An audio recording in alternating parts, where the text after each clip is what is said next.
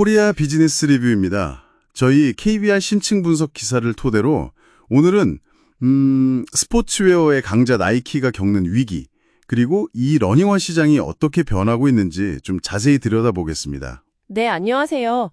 요즘 호카나 올러닝 같은 브랜드들 정말 무섭게 치고 올라오고 있죠. 수십 년 동안 나이키가 거의 독주하던 판이었는데 이게 좀 흔들리고 있어요. 맞아요. 실적도 그렇고 주가도 그렇고. 그래서 결국 나이키가 CEO까지 바꿨잖아요. 네, 강수를 든 거죠. 그래서 오늘 저희 분석 기사를 통해 이 나이키 위기의 진짜 이유가 뭔지, 또 새롭게 떠오르는 브랜드들은 왜 이렇게 잘 나가는지 한번 핵심만 짚어보려고 합니다. 네, 앞으로 시장이 어떻게 재편될지 그 큰 그림을 보시는 데 도움이 될 겁니다. 자, 그럼 바로 시작해볼까요? 우선 나이키 상황부터 좀 보죠.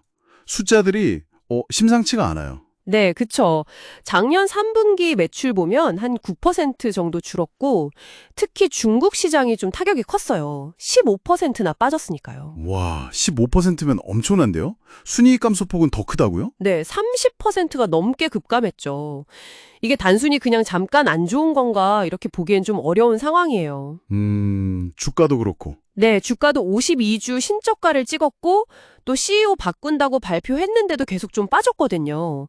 리셀 시장만 봐도 좀 분위기가 달라요. 아, 스톡엑스 같은데 데이터 보면요? 네, 나이키나 조던은 판매가 좀 줄었는데 오히려 아식스나 아디다스 같은 브랜드는 막 급증하고 있고요. 허허. 그러니까 월스트리트 저널 같은 외신 분석을 보면 그 나이키가 최근 몇 년간 혁신이 좀 부족했던 거 아니냐. 아, 혁신부재. 네. 그리고 또 너무 소비자 직접 판매, 그 D2C에 집중하다 보니까 기존 도매 파트너들이 좀 떠나간 거 아니냐. 이런 지적들이 나오는 거죠. 물론 나이키라는 브랜드 파워 자체는 여전히 강력하긴 합니다. 미국 내 인지도 96%면 대단하죠. 구매 의향도 1위고요. 맞아요. 브랜드 파워는 여전한데 그 아래서 뭔가 이제 변화의 조짐이 보이는 거죠. 그런 틈을 이제 다른 브랜드들이 파고든 거고요. 바로 그 신흥주자들, 호카 얘기부터 해볼까요? 네, 호카. 프랑스 브랜드인데 작년 매출이 거의 60% 가까이 늘었어요. 14억 달러 넘겼으니까요. 와, 60%요? 네. 그래서 글로벌 점유율도 한 10%까지 올라왔어요. 이제 나이키, 아디다스랑 같이 3강 구도를 형성하고 있는 거죠.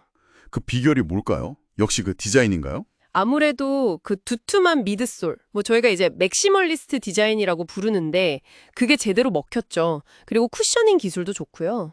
아, 편안함. 그리고 온러닝도 빼놓을 수 없죠. 스위스 브랜드. 그렇죠. 올러닝 기세도 정말 대단합니다. 작년에 한 30% 넘게 성장했고 올해 1분기에는 성장률이 40%를 넘었어요. 40%요? 와. 특히 아시아 태평양 지역 성장이 엄청나요. 80% 이상 늘었으니까 이건 거의 폭발적이라고 봐야죠. 이야, 아시아에서 그렇게요? 온러닝의 강점은 뭔가요? 올러닝은 역시 그 특유의 미창 기술, 클라우드텍이죠. 이렇게 구멍 뚫린 것처럼 생긴 거예요. 아, 네네. 그게 이제 충격 완화도 잘 되고 또 반발력도 좋아서 에너지 효율을 높여준다는 평가거든요. 이런 확실한 기술 차별점이랑 또 디자인도 세련됐잖아요. 이게 잘 먹히는 거죠. 확실히 기술력하고 디자인, 마케팅이 잘 맞아떨어진 거네요. 근데 이런 브랜드들이 갑자기 이렇게 뜰 수 있었던 배경에는 그 러닝 인구가 늘어난 것도 있겠죠? 아, 그럼요. 전 세계적으로 지금 러닝 열풍이 불고 있잖아요. 국내만 봐도 러닝화 시장이 벌써 1조 원을 넘었다고 하고요. 1조 원이요? 네, 전체 운동화 시장은 4조 원까지 본다고 하더라고요. 유로모니터 자료인데. 엄청난 규모네요. 특히 젊은 층에서 많이 뜨는 것 같아요. 맞습니다. 특히 2030 세대가 이 러닝을 그냥 운동이 아니라 하나의 라이프 스타일로 받아들이면서 시장 판도가 완전히 바뀌었어요. 예전에는 그냥 나이키 아니면 아디다스 거의 둘 중 하나였잖아요. 네, 그랬죠. 근데 이제는 뉴발란스, 아식스도 강하고 여기에 호카, 올러닝까지 들어오면서 정말 춘추 전국 시대가 됐죠. 춘추 전국시대. 딱 맞는 표현이네요. 백화점이나 무신사 같은 데 데이터 봐도 이런 신흥 브랜드들 매출이 엄청 늘고 있어요.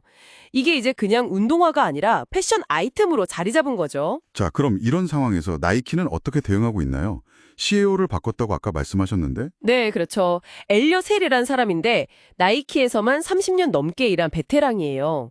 마케팅 전문가로 알려져 있고 내부에서도 신망이 높다고 하고요. 30년 베테랑. 그럼 뭔가 좀 내부 사정을 잘 아는 사람이겠네요? 아무래도 그렇죠.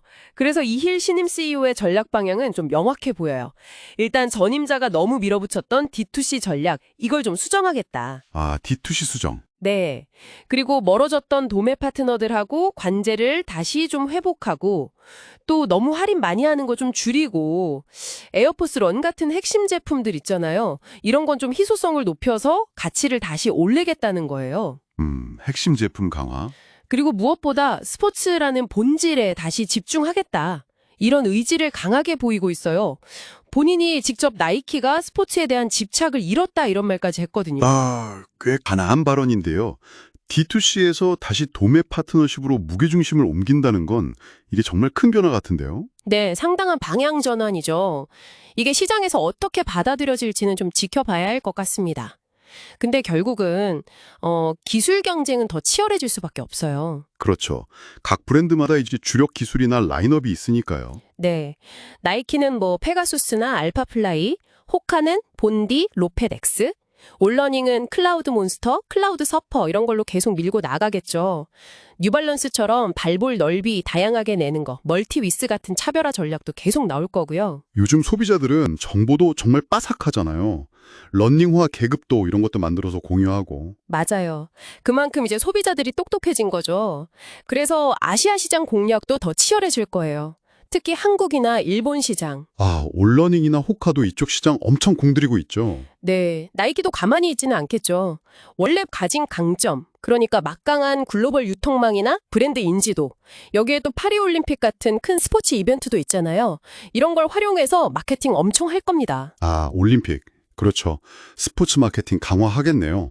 아시아 시장 경쟁 정말 볼만하겠는데요. 좀 해보면 지금 나이키의 위기는 그냥 일시적인 부진이라기보다는 좀 구조적인 변화의 신호로 봐야 할 것 같아요.